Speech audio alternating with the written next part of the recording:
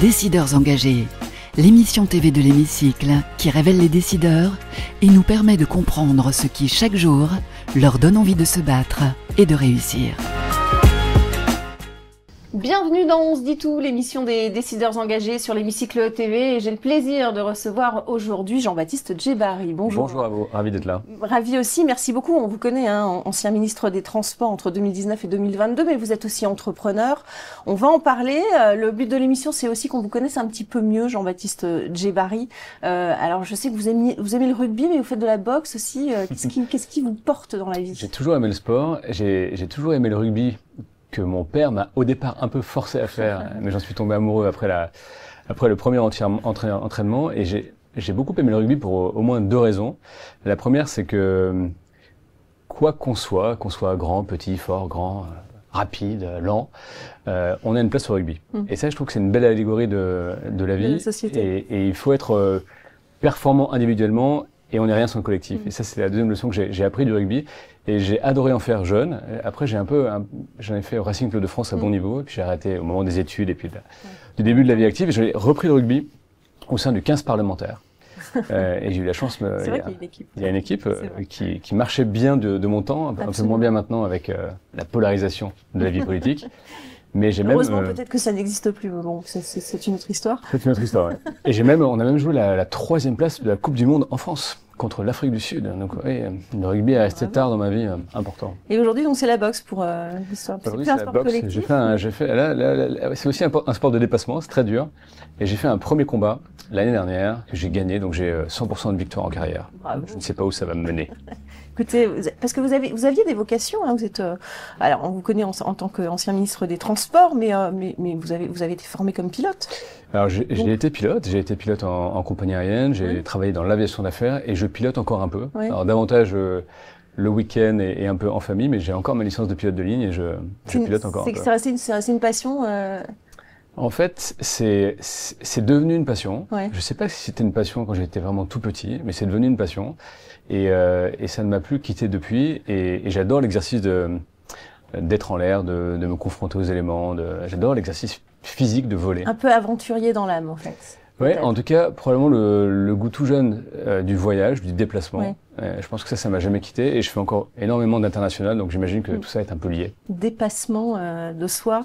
Vous n'aviez jamais réellement non plus aspiré à une carrière politique. Là, je reviens sur votre mandat de ministre. Vous dites que votre place de ministre était due à un scandale de homard à l'époque. C'était aussi le hasard. Je faisais référence à François de Rugy qui avait dû partir. Et donc, Elisabeth Borne l'avait remplacé, j'avais remplacé. Et du coup, la place était Elisabeth Borne. Mais non, c'était pour dire qu'il faut être humble par rapport au cours des choses et aux événements. Moi, j'ai toujours essayé dans la vie d'avoir de l'énergie, de travailler. Et il faut toujours une petite part de chance dans la vie. Parfois, l'énergie et le travail ne suffisent pas. Et c'est vrai que, s'agissant de la politique, moi, j'ai vécu dans une famille qui était animée par le débat des idées. Et notamment ma grand-mère, qui malheureusement n'est plus là, et qui a été au PS, à un poste assez important dans les années 70, et avec qui, chaque dimanche, quand on la voyait en fratrie, était un moment de débat politique jusqu'à la fin. Même à 94 ans, elle suivait énormément la vie politique. Et elle m'a vu donc agir comme... Donc cette vocation politique, vous l'aviez peut-être par votre grand-mère? Je sais pas si c'était la vocation politique au sens des partis, mais c'était... Il faut accepter aussi de devenir ministre. Hein, oui, bien sûr. Mais c'était le goût de la vie des idées et le fait d'avoir des convictions et de les défendre. Et puis quand le phénomène Emmanuel Macron est arrivé, le hasard a fait que je l'ai rencontré et j'ai senti que cette aventure politique qu'il menait lui suscitait un moment de vie qu'il fallait savoir saisir. Donc j'ai un peu réfléchi et quand l'opportunité est venue, à la fois d'abord d'être député ou de candidater à la députation, puis après d'être nommé ministre, évidemment j'ai pensé que c'était une bonne séquence de vie intéressante et passionnante. Quelle leçon vous en tirez justement de ce mandat politique? Alors vous avez vécu quand même la crise des Gilets jaunes, vous avez fait la grande réforme du transport ferroviaire avec une grève historique. Qu'est-ce que COVID, ça vous a... l'Ukraine. Voilà, est-ce que ça vous a forgé? Qu'est-ce que ça vous apporte aujourd'hui? La politique, c'est dur. Donc individuellement, ça forge. On dit que ça tanne un peu le cuir, mais c'est vrai. Vous devenez. D'ailleurs, je pense que la limite, c'est de se renforcer, de se durcir, mais pas de devenir cynique. C'est probablement une ligne assez difficile à trouver. Moi, je crois l'avoir trouvé. Je crois pas être devenu cynique, mais aussi parce que je m'étais dit que je faisais de la politique pendant 5 ans, que je rentrais à 35 ans, que je sortais à 40 ans. Vous saviez que vous alliez sortir. Je m'étais configuré comme ça. Donc c'était mon deal d'entrée avec moi-même. Et avec mon épouse d'ailleurs, c'était je fais 5 ans de politique et je ferai autre chose après. Parce qu'aussi, haute autorité de la transparence pour la vie publique, je sais très bien, je savais que le macronisme serait un peu éphémère, que le président ne pourrait pas se représenter, qu'on met du temps à retrouver du goût pour autre chose, parce que la politique c'est absolument passionnant. La vie civile, on va dire. Et quand même, ce que je retiens de la politique, ce qui m'a vraiment enthousiasmé, c'est le contact avec les gens. Et c'est peut-être un peu bateau de dire ça, mais le sentiment d'être utile à quelque chose qui est beaucoup plus grand que soi. Et ça, moi, je pense que quand on se dit qu'on ne veut pas forcément le faire comme un métier, ou durer, ou jouer le coup d'après, ou le poste d'après, ça donne beaucoup de force. Ça peut être un métier, c'est ce que vous dites aussi. Hein. Ouais, je crois que c'est une fonction qui nécessite d'être professionnelle. C'est dur, c'est complexe. Il faut comprendre l'état profond, l'environnement. C'est un milieu hostile, y compris dans votre propre camp, vos adversaires sont vos petits copains. C'est très hostile publiquement, les gens ne croient plus beaucoup aux politiciens, à la politique, qu'on fait les affaires du moment, mais c'est très noble aussi. Oui, bien sûr. Et d'autant plus noble que vous avez redonné peut-être le goût aux jeunes aussi, qui sont pas très politisés, qui ne vont pas beaucoup voter, parce que vous étiez très populaire sur TikTok et vous êtes parti peu de temps après. Moi, ce que j'ai essayé de faire dans ma communication, c'est d'abord de parler un peu de moi, mais surtout de ce que je faisais. Et en l'occurrence, par exemple, sur TikTok, essentiellement, je disais ce que faisait le ministre des Transports. Et j'essayais de l'incarner avec de la sincérité. Et je pense que la communication, c'est avant tout ça. Après, la chance a été que j'ai pu rentrer peut-être en contact avec cette génération. Et encore aujourd'hui dans la rue, je suis surpris. Quasiment tous les jours. Vous êtes resté très populaire. On m'arrête. Ça manque parce qu'il faut redonner envie aussi aujourd'hui. Oui, mais je pense qu'il y a une condition pour redonner envie, c'est d'avoir en politique, c'est d'avoir des convictions, d'essayer d'avoir une pensée un peu neuve sur les choses. Et c'est difficile après 8 ans de pouvoir. Et c'est difficile quand c'est hyper hostile. Et peut-être que c'est d'ailleurs ce qu'on a le moins réussi. Et je le dis en étant aussi comptable de cela, c'est d'avoir renouvelé, au-delà de ce que Macron a pu incarner comme dépassement lui-même, c'est d'avoir pu ressusciter dans la vie des idées ce qu'était une proposition du supercentre. Et aujourd'hui, on voit bien que les propositions fortes, elles sont à l'extrême droite ou à l'extrême gauche, mais que la proposition du supercentre, elle est peut-être un peu affadie par rapport à ce qui a présidé en 2017. Donc ça, c'est un peu mon regret collectif personnel. Alors aujourd'hui, évidemment, on est dans un monde plus qu'incertain, avec la situation géopolitique, économique. Alors vous, actuellement, vous avez rejoint une start-up qui s'appelle Evera, c'est ça? Alors moi d'abord, j'ai investi au sein d'un groupe qui s'appelle Magelim. Oui, et ce groupe a effectivement investi chez Evera. Absolument. Et donc j'ai quelques activités de board, d'advisory board, notamment chez Evera, qui est une belle petite start-up qui distribue des véhicules électriques à des professionnels. Mais on fait ça dans pas mal de secteurs. Les nouvelles énergies, la mobilité, ça vous connaît forcément. Ouais. Moi, j'ai un goût pour mon secteur. Moi, je voulais être ministre des Transports. Je voulais pas forcément être ministre tout court en théorie. Je viens des transports, je viens du transport aérien, de l'aviation. J'ai aimé découvrir un peu plus le rail avec la réforme ferroviaire, mais j'étais un lecteur tout petit de la vie du rail, donc ça vient de loin ça aussi. Et puis j'ai toujours aimé le transport, même les secteurs que je connaissais un peu moins bien. J'adore le transport maritime, le naval. Donc j'ai un goût pour ça, et j'ai un goût pour la technologie, ça depuis tout petit. Et puis j'ai un goût pour l'international, et ce que vous dites sur, y compris mon secteur, avec des entreprises globales, très fortes à l'international, et puis avec cette envie de rayonner aussi toujours au travers de les transports ont fait historiquement, le Concorde, le TGV, plein d'autres. Airbus aujourd'hui, plein d'autres choses. Voilà, c'est un secteur complet, à la croisée un peu des emmerdements de la vie quotidienne. Essentiel, en tout cas. La grève, etc. Et puis aussi celle du temps long de l'industrie, c'est passionnant. Et en pleine transformation, puisque la décarbonation des transports, la mobilité durable, ça aussi c'est un enjeu majeur, vous y travaillez? L'objectif même des investissements, c'est ça. Là, en l'occurrence, on finance quasiment exclusivement des entreprises qui agissent concrètement pour la transformation, qui pensent la mobilité aérienne de demain, qui distribuent des véhicules électriques, etc., etc. Ce qui est très difficile à concilier, c'est et de plus en plus. L'acceptabilité. Alors l'acceptabilité, parce qu'il faut effectivement que ça reste abordable dans un environnement inflationniste qui reste quand même assez important malgré tout, ou en tout cas avec des prix qui ont beaucoup augmenté depuis 3-4 ans. Et puis quand même concilier la prospérité, donc l'économie et l'écologie. On voit bien, ça pose des problèmes encore avec les ZFE actuellement ou d'autres sujets qui arrivent.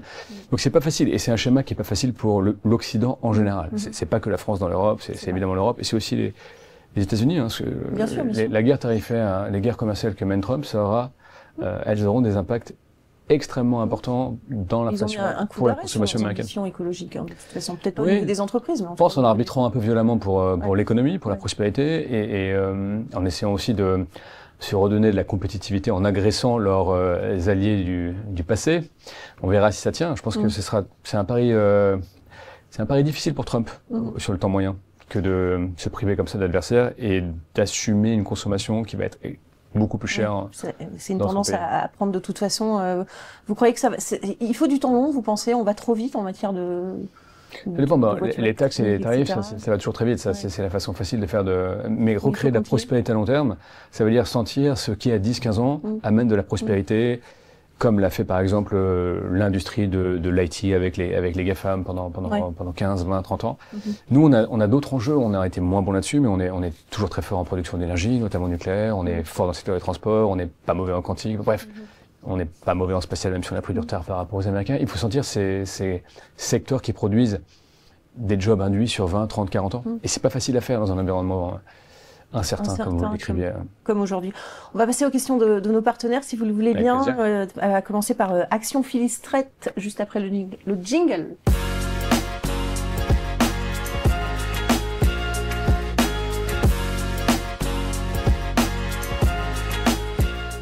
La question de Action Philips-Strait, l'association qui œuvre justement pour l'insertion des personnes à mobilité réduite, personnes en situation de handicap dans les entreprises, c'est celle que vous avez choisie, Jean-Baptiste Djebari, c'est celle-ci. Quels sont selon vous les grands enjeux en matière d'insertion professionnelle des personnes en situation de handicap et que proposez-vous de mettre en place afin d'inciter ces entreprises à recruter et à mieux accompagner les talents en situation de handicap? Une grosse question. J'adore Philippe Strait, qui est un grand entrepreneur de l'Est de la France, et donc je suis ravi de prendre sa question. Moi, il me semble que on parle beaucoup aujourd'hui d'IA, d'hybridation entre l'homme et la machine, et je trouve que c'est un très bon sujet pour les personnes en situation de handicap, puisque par définition, hybrider des intelligences et parfois des corps un peu abîmés avec avec le potentiel de l'IA, c'est un excellent sujet. Aujourd'hui, tout le monde se pose la question dans la sphère entrepreneuriale de savoir comment utiliser l'IA pour ne pas effectivement déshumaniser, pour ne pas ubériser l'être humain, et a fortiori ça pose la question de savoir comment on insère de plus en plus et de mieux en mieux les travailleurs en situation de handicap. Donc je pense que renverser en quelque sorte la question en se disant comment l'être humain augmenté par l'IA, y compris en situation de handicap, peut rendre un service à l'entreprise, c'est une très bonne façon de voir positivement les choses. C'est vrai, c'est pas idiot. Il y a aussi l'évolution avec les exosquelettes, etc. Oui, bien sûr. Bon, après, qui soulage ça reste encore cher, mais... le travail physique, mais non, ça reste cher, mais ce sont des belles technos, et c'est vrai que je pense que tout ce qui soulage le fardeau mécanique de l'être humain est plutôt une bonne chose. Donc il faut aller de l'avant. La question d'Europhone à présent. Europhone juste après le jingle.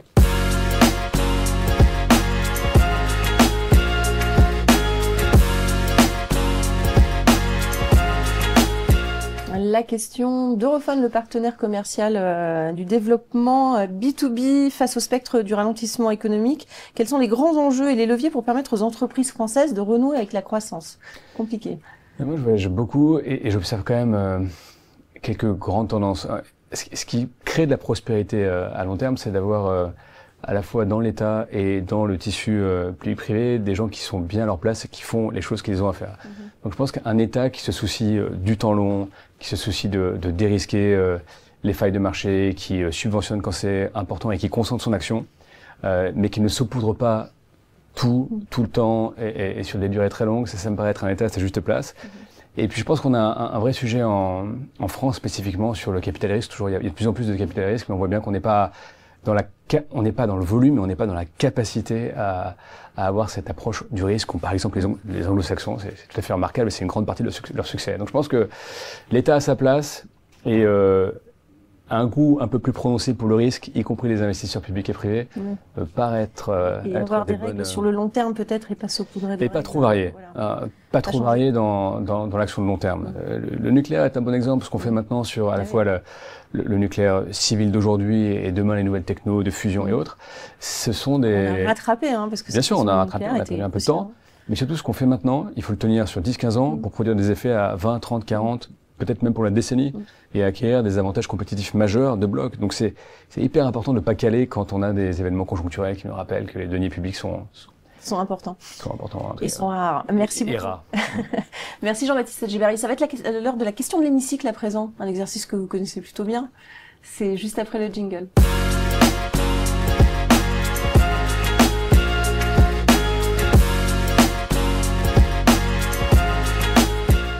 la question de l'hémicycle. Vous allez pouvoir poser des questions à l'exécutif cette fois. Vous vous souvenez, on vous a fait le coup plein de fois. Hein, donc, vous avez 1 à 2 minutes face caméra. Ce sera juste ici. La question que j'aurais à poser à l'exécutif est la suivante. Quand mettrons-nous en œuvre le vote électronique? Parce que je pense que c'est une des...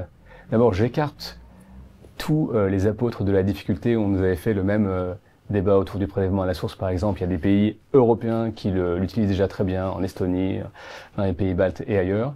Et je pense qu'il ne faut pas, comme politicien, politicienne, avoir peur de ce que le vote électronique peut donner. Je pense qu'il y a beaucoup de gens modérés en France et ailleurs, et qu'on peut parfaitement circonscrire la fraude, qui peut parfois exister, mais surtout que ça redonnerait beaucoup de force et beaucoup d'élan à la démocratie et à la participation. Donc la réponse est attendue, chers amis de l'exécutif. Écoutez, j'espère que le message est passé et que la réponse ne tardera pas à venir. Merci beaucoup, Jean-Baptiste. Merci à vous, c'était un Après, plaisir. oui, c'est vrai que le vote électronique, on a vu ce que ça donnait aux États-Unis aussi, hein, donc bon, peut-être.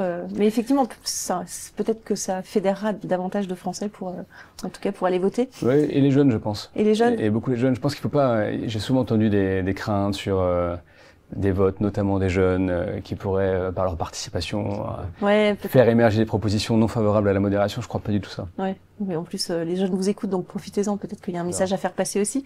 Merci à vous. Merci à vous pour votre fidélité à notre émission On se dit tout. On se retrouve très vite pour un prochain numéro. Décideurs engagés, l'émission TV de l'hémicycle qui révèle les décideurs et nous permet de comprendre ce qui, chaque jour, leur donne envie de se battre et de réussir.